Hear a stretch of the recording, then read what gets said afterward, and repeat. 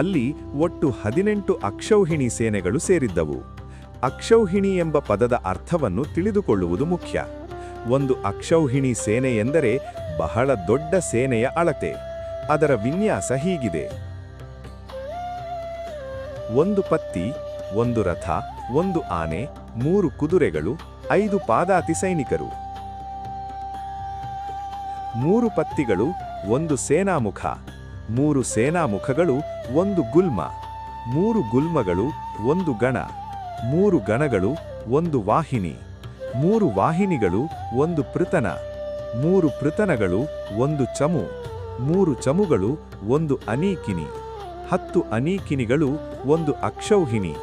ಇದರ ಮೂಲಕ ಅಕ್ಷೌಹಿಣಿ ಸೇನೆ ಎಷ್ಟು ವಿಶಾಲವಾಗಿರುತ್ತದೆ ಎಂಬುದು ತಿಳಿಯುತ್ತದೆ. ಮಹಾಭಾರತ ಯುದ್ಧದಲ್ಲಿ ಕೌರವರ ಬಳಿ 11 ಅಕ್ಷೌಹಿಣಿ ಸೇನೆ ಇದ್ದರೆ ಪಾಂಡವರ ಬಳಿ